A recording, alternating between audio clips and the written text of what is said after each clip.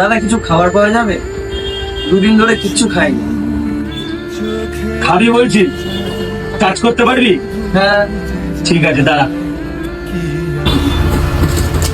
এই জলগুলো নেই, ওখানে টেবিল পেতে দেবো, এটা বিক্রি করবি, ঠিক আছে? পারবি তো?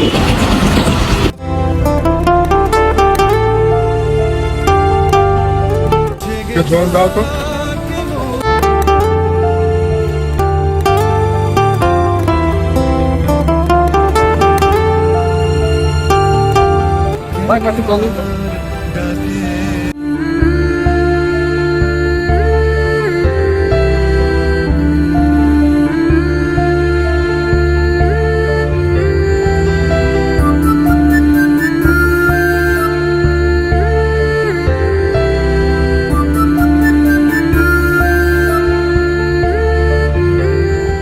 দাদা